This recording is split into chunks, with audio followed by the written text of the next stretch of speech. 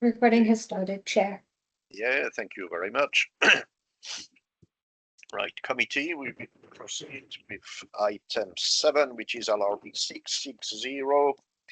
Notice of review against refusal of full planning permission for erection of dwelling house at land adjacent to Beach Lodge, tariff AB 538BU, reference APP 2026-0167. Committee, the planning advising officer for this item is Mr. Bruce Strachan, who will present this report. Ms. Donovan, before Mr. Strachan proceeds, and for the minute of the item, can you please remind us whose members will take part in this case? Thank you. Thank you very much, Chair. During this case, the members taking part today, we have Councillors Launchet, Davidson, Dickinson, Goodhall, Simpson, and Sutherland. Thank you. Mr. Strachan, can you now please present the notice of review and the slides? Thank you. Yes, thank you, Chair. Can you see my slides? Okay, I'm having some minor technical issues here. Oh, we can see them, and Yeah.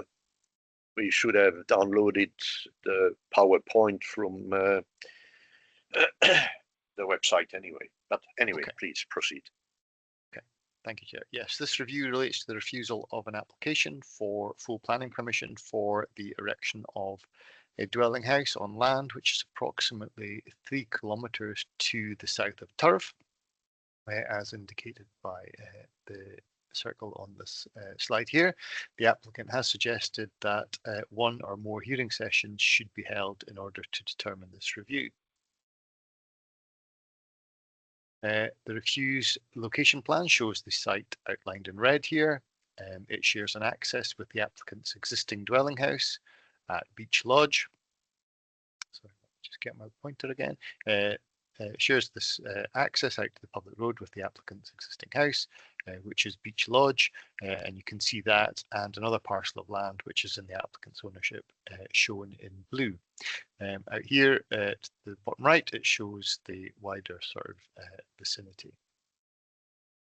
Slide 3 shows the proposed site plan and the entire extent of the site.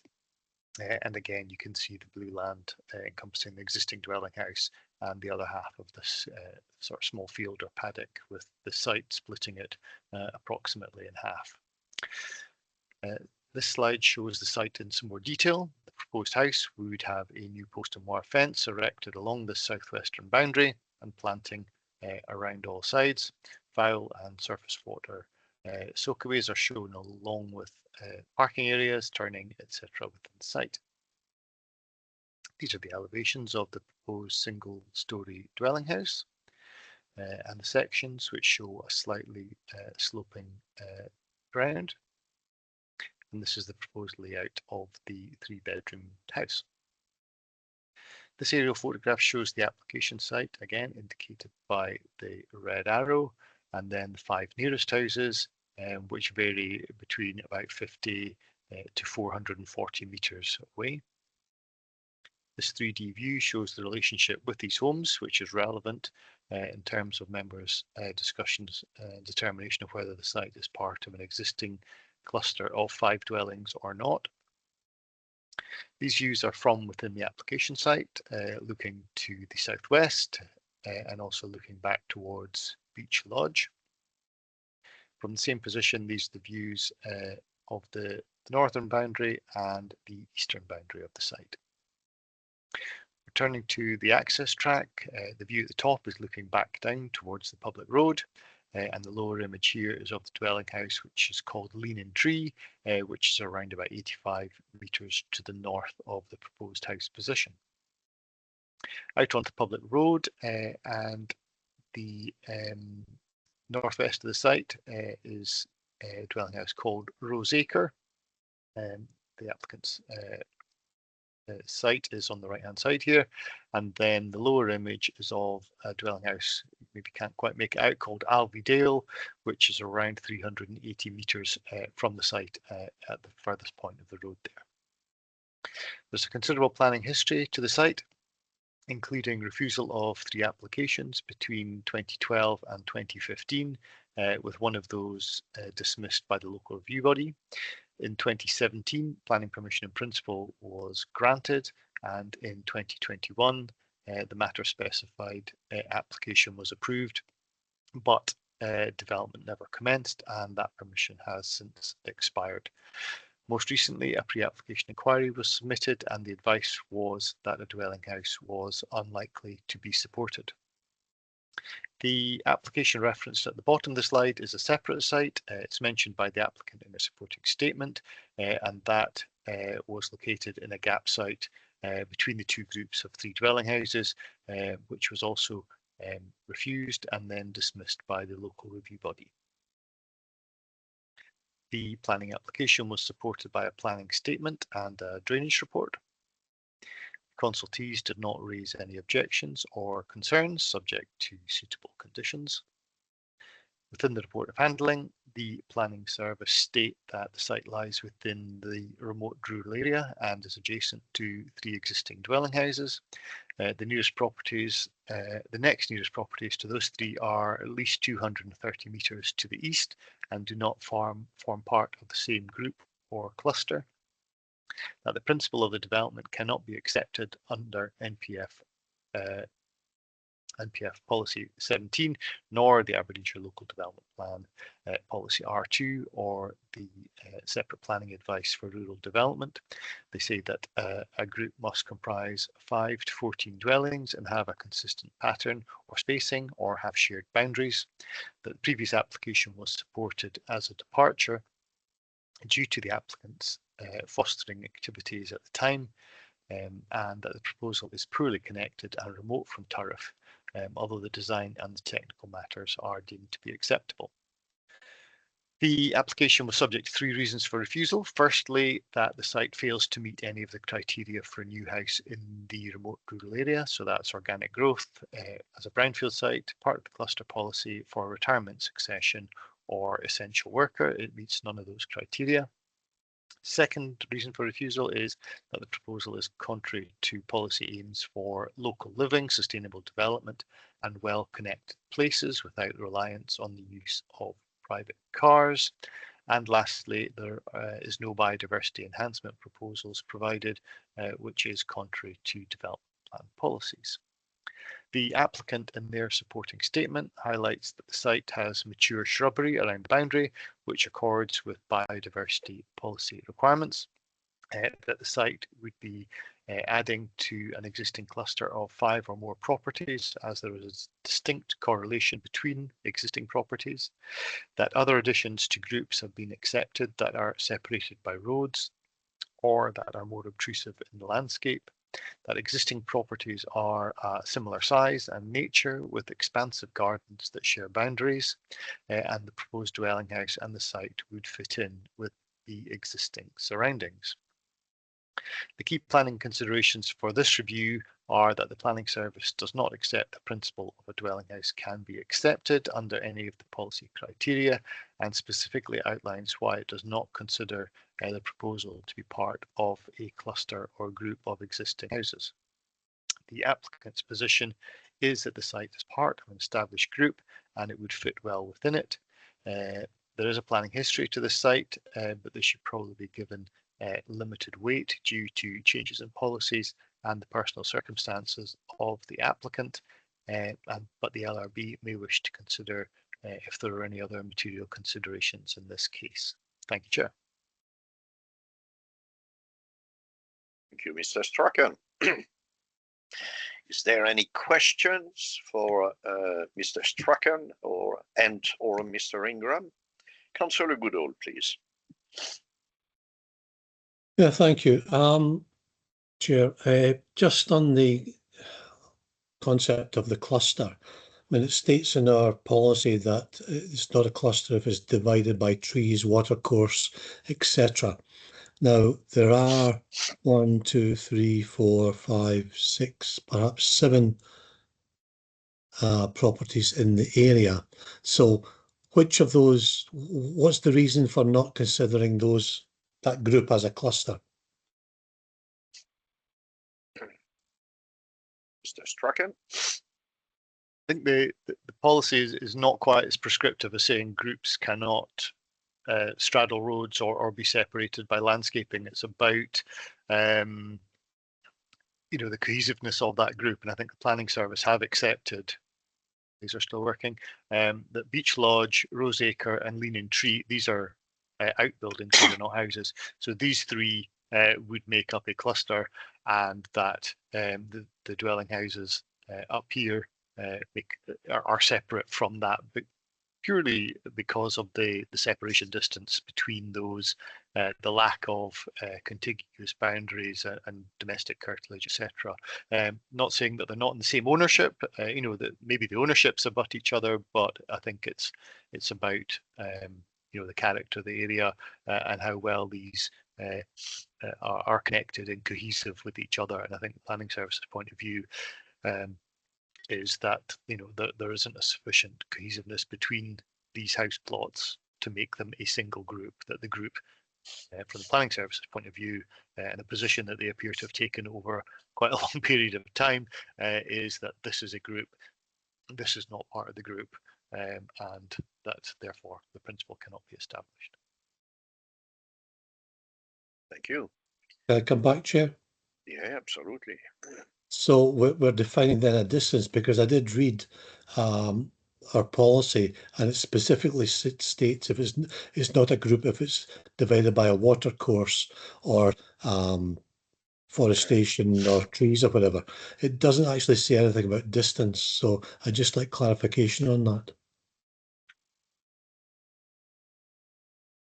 The wording I have in front of me from policy 2.16 is that they must relate well to each other through their design and layout, example by sharing curtilage boundaries. So that there may be landscaping between them, there may be a burn or something like that, there may even be a small road.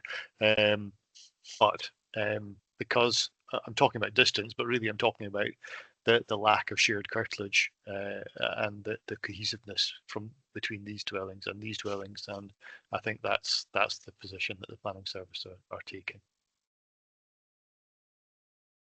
Thank you. Councillor Dickinson, please. Yes, thank you. So Bruce, fundamentally there's the issue here of the principle when it comes to the cluster and whether or not it's a cluster. We also though have the third reason relating to biodiversity that presumably could be conditioned, but policy, the second reason relating to local living, let's imagine that this was definitely a cluster.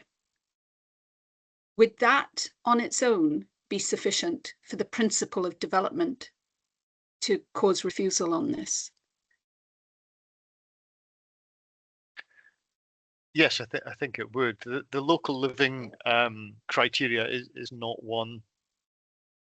I need to be careful how I say this. It's something that rural planning authorities need to look at quite carefully, because on the one hand you've got policies, as you say, that promote groups or things like that, and we know across Aberdeenshire there are lots of relatively remote dwelling houses that have been supported. Now NPF4 does have that test for local living, and the definition of local living is that most people can meet their daily needs within a short distance or by means of transport other than the private car, but that's not particularly realistic in some areas of Aberdeenshire or other rural authorities. So it's not a reason for refusal that I see regularly coming through the LRB, and members will know that. But it's a justifiable position to take because it is part of the policy context, but it's how that's applied in Aberdeenshire, and I don't think it's applied as rigorously as it maybe would be in some other areas, just because of the context in which Aberdeenshire operates, so it's justifiable. But I think the way it's written, it's actually meant to be, more of a sort of supportive, welcoming test for rural development. The way NPF4 have written it, it's meant to, it's meant to encourage rural development in appropriate locations, whereas rather than be a reason for refusal, I think. Thank you. Thank you. I don't see any other indication. So I got two questions. for Bruce. The first one, you stated that the applicant was advising for one or more hearing sessions. Can you enlarge on that? Yes, Chair. It's a request that they can make, along with that the LRB should undertake a site visit. It's further procedures that they think would help to determine the review. There's no obligation for members to do that. It's a regular request that people put on their notice of review form that they think there should be further written submissions, hearing sessions or site visits. And I just flag them up so that members are aware of it in case they haven't noticed it in the papers. But what you do with that information is entirely up to you. You're under no obligation to follow through on those, obviously.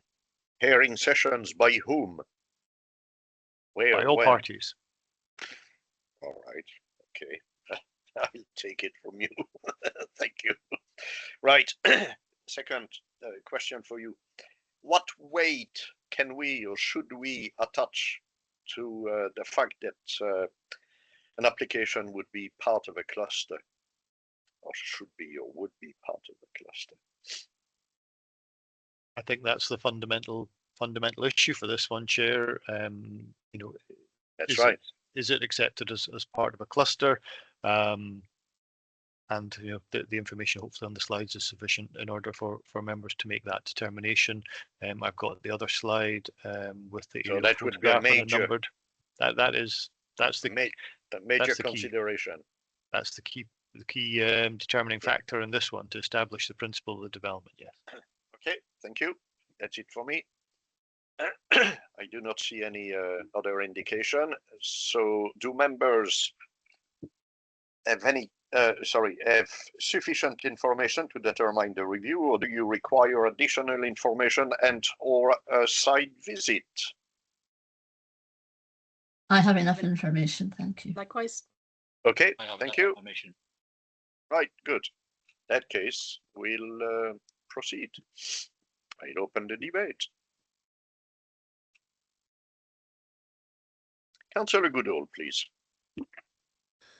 Yeah, as has been indicated, the main question here for me, and I think for all of us, is this a cluster? And all that divides them is some 200 metres of one agricultural field. So I think that according to the rules that have been explained to us, the question is, does that indicate that it's not a cluster? Because without it being a cluster, we have to refuse, rather we have to uphold the officer's recommendation. So it's a difficult, to me it's a slightly difficult one because 200 metres isn't that far and it's only one field, but I'd like to hear what everyone else says. 130 metres, yeah, I take it. Yep, okay. Councillor Dickinson, please.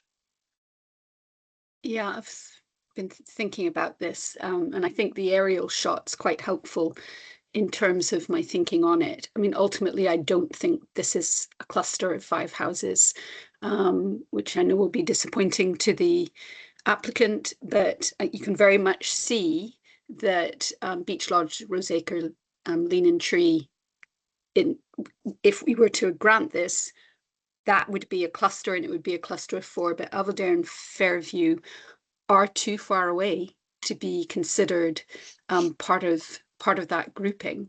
They might be part of another grouping that could be occurring off the screen, but that's not relevant. They're not part of this grouping. So for me personally, I do not see a cluster of 5 here. I think the distances are too significant. Good. Thank you. Any other contribution?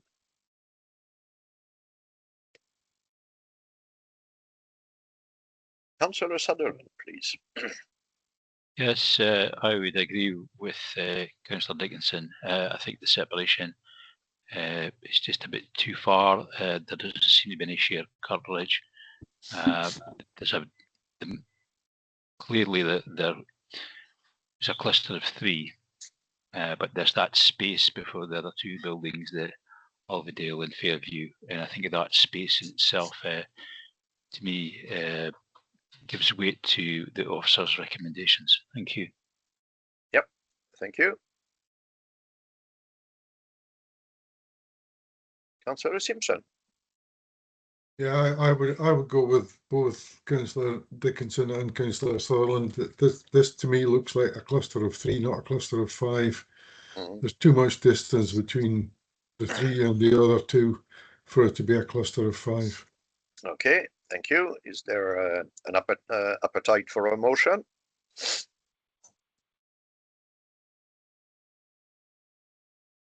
Councillor Dickinson, please. Yes, I'm willing to put forward a motion that I'm not here often enough to get my language right, but it would be to dismiss the review, to refuse the review, and to uphold the officer position on this. Yeah, and you seek a second? I do, thank you. Right, thank you. Do we have a seconder for the motion? Councillor Simpson, please. Yeah, I'm perfectly happy to second that motion. Good. I agree totally with Councillor Dickinson. Okay, thank you. Anybody wants to propose an amendment? I do not see any indication. So basically, is there any dissident on the or dissidents on the motion? I do not see any indication. So basically, the committee has decided to uphold the decision of the officers and refuse the review proposed. Ms. Donovan, can you summarize, please? Thank you very much, Chair. Which I did. Not to steal your thunder, the LRB has decided to dismiss the notice of review and uphold the appointed officer's decision to refuse full planning permission for the reasons contained in the decision notice dated the 27th of May 2026. Perfect. Thank you very much. We will now proceed to item 8, LRB 661, notice of review against refusal of full planning permission for erection of dwelling house at site at West Keel Hill, King Edward, Banff, AB453LT, APP 2025-1268. Committee, the planning advising officer for this item is Mr. Bruce Strachan, who will present this report. Ms. Donovan, before Mr. Strachan proceeds, and for the minute of the item, can you please remind us whose members will take part in this case? Thank you. Thank you very much, Chair. The members taking part in this case are Councillors Launche, Davidson, Dickinson, Goodhall, Simpson and Sutherland. Thank you very much. Mr. Strachan, can you now please present the notice of review and the slides? Thank you. Absolutely, thank you, Chair. This review relates to the refusal of an application for full planning permission for the erection of a dwelling house on land at Keel Hill, King Edward. The applicant has suggested that a site inspection would be beneficial in the determination of this review. The refused location plan shows the site at the bottom in context, and then at the top how it relates to the nearest development. Slide 3 shows the refused site plan and the position of the proposed house here in the centre of the field. The point of access from the public road can be seen here, bin store, drainage infrastructure, etc. And a new post and wire fence and hedging would be installed to mark that eastern boundary. Other boundaries would remain as existing. These are the refused elevations and floor plan of the proposed house. And this aerial photograph shows the field and approximate position of the dwelling house indicated by the red arrow. The nearest dwelling houses and other development can be seen here to the south and obviously to the east. This view is from the existing field access looking west across towards the position of the proposed dwelling house, and then from the road verge and the approximate position of the proposed access. This is the view across the site looking eastwards and along the public road towards the A947. from the same position, this is the view along the road in the opposite direction. This slide I've included to illustrate the distribution of the nearest dwelling houses, which are identified by the red dots, and the proposed dwelling house is here, indicated roughly in the position of the green dot. So the nearest house is this one, Eden Villa, which is 140 metres to the southeast, and those, so this is the A947 heading off towards Turriff, Banff, sorry, downwards towards Turriff, and these houses that are adjacent to the A947 are approximately 240 metres to the east. The only planning history relevant to the proposal is a pre-application inquiry where the applicant was advised that a dwelling house was unlikely to be supported. At that point, it was located in the southeast corner of the field, as indicated by that drawing. The application was supported by a design statement, a preliminary ecological appraisal, and a drainage report. Consultees did not raise any objections or concerns, subject to suitably worded conditions and informatives, and no developer contributions would be needed. Within the report of handling, the planning service outlined that the site lies in the remote rural area, around about 200 metres from the A947. There are 3 dwelling houses to the southeast and 8 approximately 180 metres further away from the site, nearer the A947. The proposal does not accord with NPF4, and the only potential policy support in the local development plan would be as an addition to the cluster. In this case, there is no cluster of 5 houses, the planning service says, and the nearest properties are screened by trees and not close enough. The 0.82 hectare site is of excessive size for a single dwelling house, they say. The scale and design of the proposed dwelling are acceptable. There's no significant impact to trees, hedges, or ecology, no concerns about access, water supply, or drainage provision, and developer contributions, as I've said, are not required. So the first reason for refusal is that the proposal fails to meet any of the criteria in NPF4 or the Aberdeenshire Local Development Plan for houses in the countryside, and secondly, that the size of the proposed site is well in excess of what is required for a single house and is therefore out of keeping with the existing pattern of development in the area. The applicant in their supporting statement highlights that there are 11 houses forming a cluster at Keel Hill. A 12th house received planning permission in 2019. No new houses have been granted in this plan period. That the house design, they say, is appropriate. The ground assessments show that the site can be serviced, the site can be safely accessed and displays achieved, that there is low biodiversity impact and this can be enhanced. The domestic curtilage, they say, has been limited to what is required, with the remainder retaining agricultural status. So the key planning considerations for this case are whether the principle of a dwelling house can be established under the cluster or any other policy, and whether the size of the plot is or could be acceptable. The applicant's position is that the proposal is an acceptable addition to housing at Keel Hill, and that the curtilage for the dwelling house and the drainage is the minimum that is required. So the LRB should have regard, obviously, to development plan policies and any other material considerations. Thank you, Chair. Thank you, Mr. Strachan. Do members have any questions for the planning and or the legal advisor? Councillor Sutherland, please. Thank you, Chair. Can you possibly confirm that is this house being proposed on a field that's currently used for growing barley? I read that in one of the reports that barley had been grown in the site. Is it currently a agricultural field at the moment? Thank you. Mr. Strachan? Thank you, Councillor Sutherland. Well, I wouldn't maybe necessarily know what barley looks like, but that was how it was when I visited it in July. I mean, there is indication in the supporting information that it's an isolated and an awkward shaped field, so it's not an agricultural use, but there does seem to be something something going on in the field that's beyond rough grass, but I'm not entirely sure. It's not prime quality agricultural land. I'm sure of that. I'm sure I checked that. Okay. Thank you, Chair. Thank you very much for clearing that out. Thank you. Thank you. Councillor Goodall, please. Thank you, Chair. Looking at the cluster,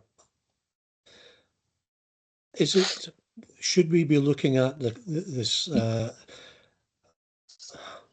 I'm trying to form my words correctly, but given that it's divided by a road and distance, would the road be deemed to be a barrier to it being within a cluster? Mr. Strachan? It kind of goes back to what I said for the previous case. This is very much the cluster policy is one of those subjective policies where everything must, every one is different.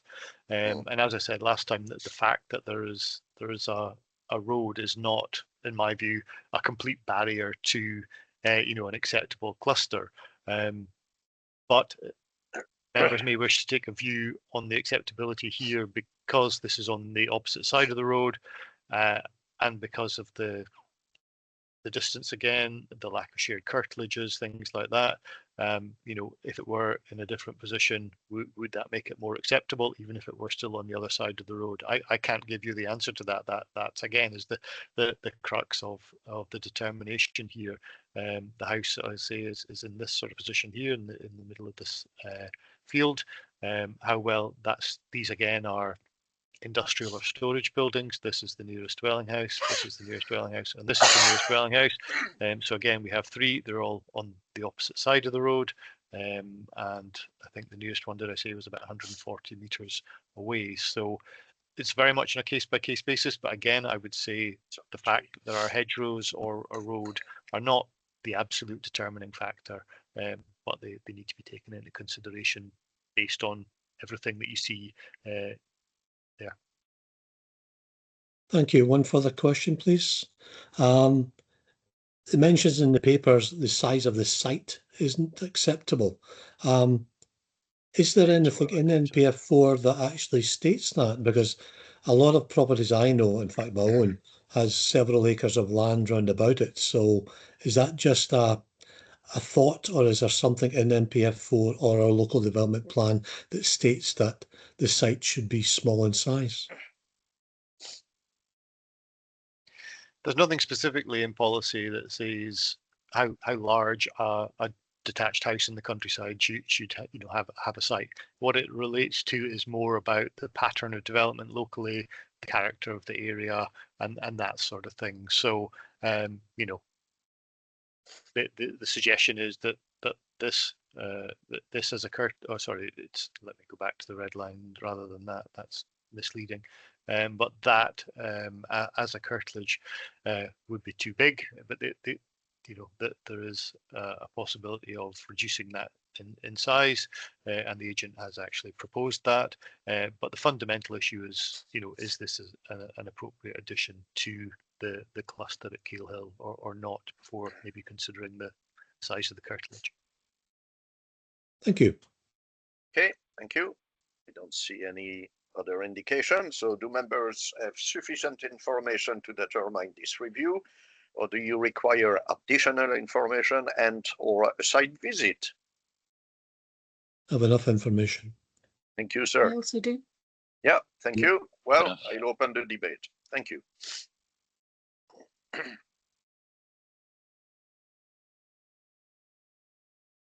Councillor Goodall, please. Yeah, and this one, I don't think it's within the curtilage like the last one.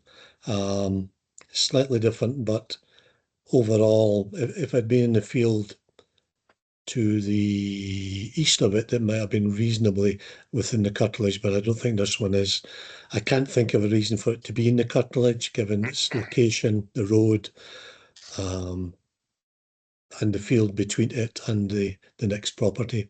Thank you. It's not part of a cluster. Yeah. Yeah, thank you. Councillor Dickinson, please. I'm not sure I agree you see the difference when I look at this, and particularly when I look at the aerial shot. I think I do see a cluster of multiple houses that's running round that sort of bend, and that this could belong to it. And it would be experienced as being part of that cluster of houses. I mean, I'm slightly sitting on the fence, but that's the way I'm leaning, is I think I see a house that would sit within a wider cluster. But thank you. Yeah, thank you very much. Councillor Davidson, please. Yeah, I would like to make a motion. Is that okay? Yes, yes, Okay, please. thank you. I would dismiss the notice of review and uphold the appointed officer's decision to refuse planning permission for the reasons given in the report, that this isn't part of a cluster and it's not a reasonable size and layout for a house, a single house. And Okay. You seek a second. Anybody minded to second the motion proposal?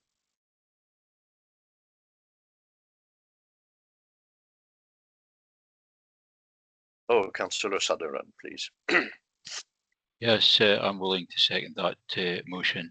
Thank you. Okay, thank you. Anybody wanting to propose an amendment? Councillor Dickinson, please.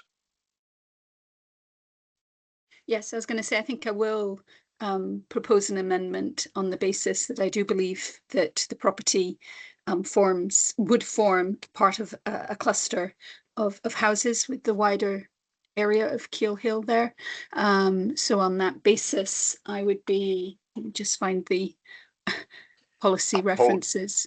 Uphold. I would be upholding. I'd be upholding the review. Okay, and you seek a seconder. I take it that what you are proposing would be subject to conditions as well. Absolutely subject to conditions. Thank you. Anybody minded to second the amendment?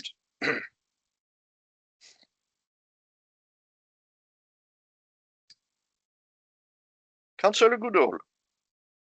I wasn't intending to come in to second it at this stage, but just to say that I was more prepared to listen to others' views, and I thought perhaps the motion was a bit premature. I would rather have discussed it a wee bit longer and listened to others. But okay, well, discuss. Perhaps no one else wants to discuss. All right. Well, I don't see any other indication. I'll give my view. I totally agree that I don't consider this proposal to be part of a cluster. If we look at the report, the applicant says that it would be part of 11 dwellings, and the officers are saying that there are only 3 other dwellings which are nearby. So I would tend to agree with the officers. That's my view. So I would second for the motion.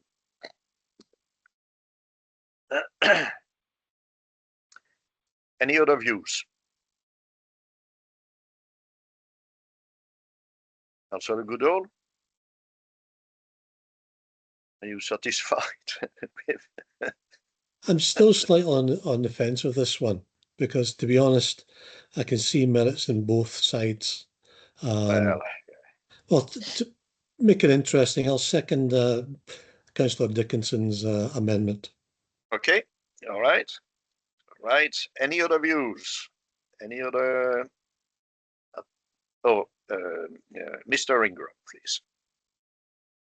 Thank you, Chair. I thought I would just wait to see if Councillor Dickinson's amendment would be seconded first, but would it be possible maybe to come back in relation to the reasons, in terms of maybe specifically in relation to the criteria that Councillor Dickinson feels may be applicable, maybe particularly in relation to policies R1 and R2.